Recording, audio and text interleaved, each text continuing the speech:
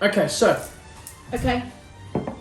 this is the interview with Mum. Yeah.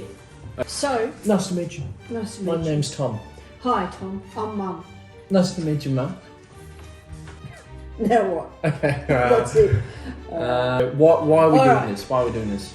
Alright, so I was thinking this was really important because I haven't really talked about why we want to go over to Italy and do all the sort of... To YouTube. Yeah, I want to tell the people on YouTube why... Because you've told me why you're going, but you Yeah. haven't told Not YouTube really. why you're going. No. The reason why we're going over is to look at the villa that's over there at the moment and the album that Mum had, 1995. But Here. in here, there. There's different places. This is where Mum went. Bang! Another picture. Sorry. Jeez. That's Nonna's house before they went. So they went over in 1995 and Mum hadn't been back since she was a kid.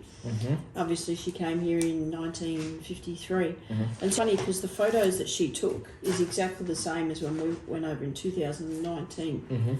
We just want to have a look at this particular house that Zio Franco had in order to possibly purchase it or acquire it or inherit it, whichever way it goes, I'm not sure. I look at restoring it, and it is a bit of a ruin. I think there's 4 levels. So there's one where the cattle was downstairs. The cows. The cows. Oh, she's written it somewhere where all the different levels. Why the sudden choice to say, I want to go to Italy and fix up this old ruin? Ruin, yeah. I don't reckon it's a sudden choice. I reckon it's something that I've been thinking about for a while. Okay. But I want to do it because I'm getting close to retirement. And I feel like I need, after being in the job for nearly 20-something years, I've still got a few years left, but I feel like I need to do something with my time afterwards. And I'm a bit nervous retiring and stuff too. Because you've been working flat out full time For my whole life. Your whole life, but even before that, like... Really taking holiday time or anything? Yeah, except Well, I we guess went a to couple of times. Queensland, Yeah, Queensland, and we went on a cruise. Mildura. Oh yeah, Yeah. cruise. Oh, And I then guess. Italy. But over the span of 25 years. Exactly. It's not... We haven't done much. And it's not the fact it's to go over a holiday. It's No. actually like a working holiday. Yeah, it's for a reason. Yeah, absolutely. And what is that reason? The reason is to have it as a safe place to go to, particularly for my family, but also for people that I work with that struggle with PTSD or have to retire out early due to like ill health Stress and stuff like relief. that. Yeah, and it's a safe place. So being that I've hopefully acquired it, it's somewhere where we can they can go there and stay there, like they can enjoy the surroundings. There's a lot of bike riding, there's mountains, there's river, there's towns. Lake Como is not far, I think it's an hour 20 minutes. Milan's about the same. Yep. Switzerland, Swiss Alps. Swiss Alps, yeah, Switzerland. Swiss border. Yeah, Switzerland, like I think St. Moritz is like half an hour or something. So it's in the valley between Switzerland and Italy in a valley called Valtellina. And that valley, question. No, I'm pointing at the photo. Oh, Valtellina. You're inserting. Yeah. Oh, Valtellina. Valtellina. Oh, can I just read this photo, which I'll show? So Zio Franco's house is the one right on the edge of the town, and they call it, it's in the historic part. Mind you, it's a couple of 100 years old, if not more, and it's all bluestone. Oh, yep. Old stables on the ground level were converted to sheds and storerooms. So that's got, I think it's got like one of those arched sort of roofs downstairs, you know, the ceilings that sort of go like that, the bluestone Storage, ones. like a wine cellar. Yeah, I guess you something. could use it for that. The first story is where it was livable. And the second story is all the spare rooms and really old bedrooms. I don't think he really uses the old bedrooms. No.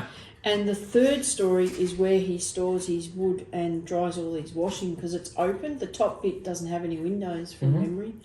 And it's quite open, and he's got some really cool views, or the building has really cool views of the valley. Apparently the town only has about 600 people. Small town, very small town. Yep. The peak very old, because when I went there with Mum and the family, because we went there all together as the family to meet all the relatives. Yeah. And it was very old, a lot of like old buildings that were obviously just neglected. And a lot were ruined, weren't they? There was no one living in them. And there was that one that we went to that apparently Nonna, like my actual Nonna, your mum, and Nonna, like great-grandma, that's where they lived. Yeah, which is the house that we want to acquire. There you go. So the house that we want to acquire. That's what I'm getting to. Yeah. So the house that we want to buy or acquire or bequest or whatever they call it these days is where my Nonna grew up in. And she lived till she was 100. And all her brothers and sisters predominantly were born there. And this house was a smaller house, but what they did, I think it might have been in the 50s, they actually bought the neighbouring house, which is a ruin to this day as well.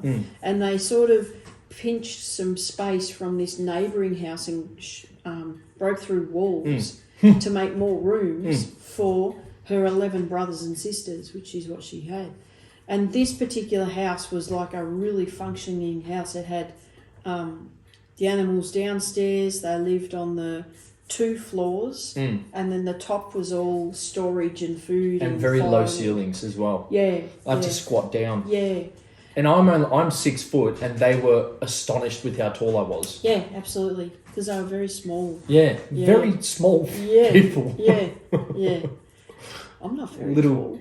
I mean, I'm tall, but not 6 foot like you. You're just a giant. Yeah, I know. But it's supposed to be. So I just think, in my mind, how often does a person get where they can purchase a property?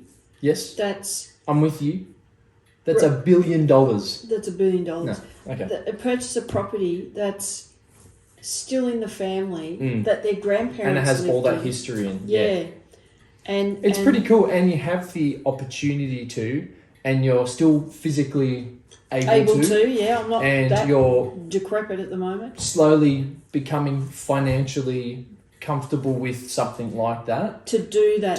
To put an investment into something. It's a massive risk. Like, I don't know. Yeah, and the overall thing, there's a lot of pros that come to it as well. Yeah. Like, you get to supply a place for members who have, struggled with PTSD and all that, and have a place for them to stay in. That's safe. Whatever, help, I don't know. How about render a wall or something, or something random like that, and it gives them a bit of a purpose and a getaway from everything that it's a bit more guilt-free, I guess. Exactly. I feel like I want to create a place where it's safe for them to go to feel like they can travel on a trip or whatever they want to go to, overseas, to Europe or whichever country, and that could be a stopping point for them to stay for however long, couple of weeks, whatever.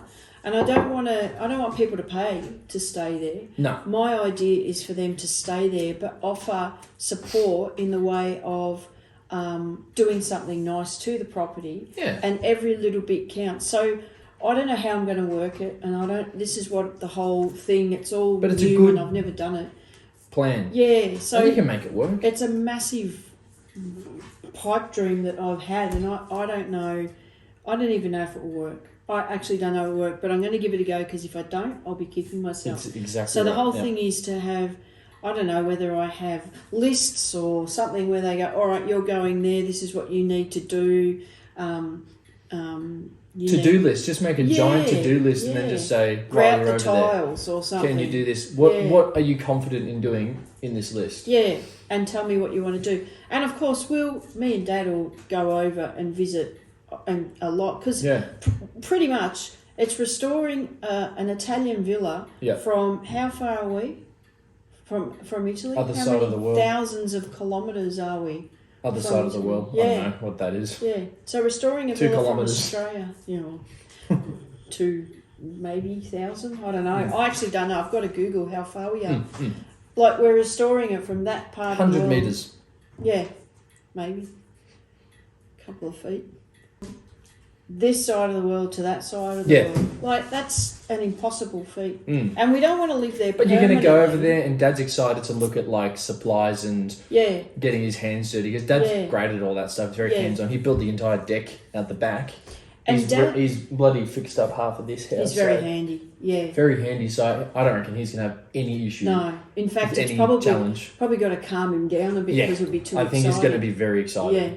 But also, I mean, we've restored houses before, me and Dad. So we've done this. We've restored homes. We know about that. That's how you got into that housing market. Yeah. You bought basically a shack in the golden era of house buying, and then you did it up and did it up a lot. Yep. Made money. You got the photos of it, and it looked like a pretty shonky place. House, and that was beautiful. But that's how you do it, and that's how we want to sort of make it a really nice environment to go to. Plus, once it's in the family, then once I'm long gone, because, I'm... How many years left have I got on this planet? 45, 46 great. years. It's not long, 45. When you say that, I've got 45 years left to go. That's what do I for say 100. to that? But what I'm saying is, Yippee! it's something that we can pass on to our kids. So a really big challenge is get my citizenship. Yeah. And I got knocked back. Oh, yeah, because your mum. So I got knocked back, and just so that, and I'm not sure whether people know, but I got knocked back from my Italian citizenship because when my grandmother and my grandfather migrated from Italy to Australia, he was here first because he set it up in Queensland, and then he paid enough for her to come over with my mum and my uncle, and they came through on the boat in 1953, and the program was, and I'm not really 100% sure, but I believe what it was the government was offering the immigrants to come here and be naturalised Australians. Once they become a naturalised Australian, they gave up their citizenship wherever else in the world they were. I mean, they become a naturalised Australian, and of course, Mum being 5 years old automatically becomes a naturalised Australian. Yeah. So they lost their Italian citizenship, but it didn't stop them going back later in years to regain it again and get their citizenship and get their, so they can have passports and whatnot. But they just didn't bother because they were happy here in Australia.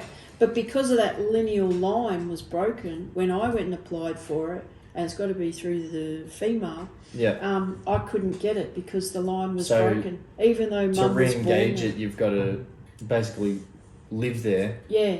I think you've got to live there for 3 years or... Is that an accumulated 3 years? Like, can't go... Well, that I don't know. And can it just add over time? I'd hope so. If it was... Otherwise, see ya. Otherwise, I'm gone for 3 years. Bye, Mum. Yeah, pretty much.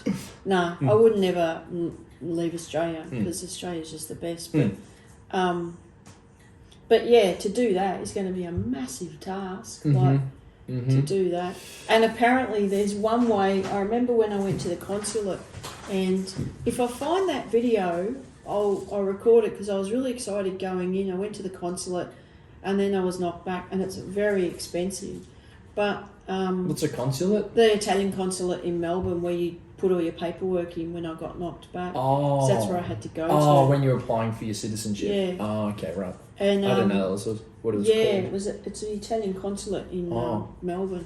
And that's pretty much where you go, and it costs a lot of money to do all that sort of stuff. And yeah, I was really let down. That sucks. I had all the paperwork, I had every single thing, and the only thing they said was the lineal line was broken, and I was like, are you kidding me? Because if I had that, I'd be able to get a passport. Then it's almost like I could stay as long as I want. But now you've got to find an excuse to go over there. Yeah, and I have to. If I want to stay longer than 90 days, I've got to And you can't say you're working. No, it's not a working visa because you're not working. No, you're investing. Yeah, I'm volunteering to my own property. Yeah, pretty much.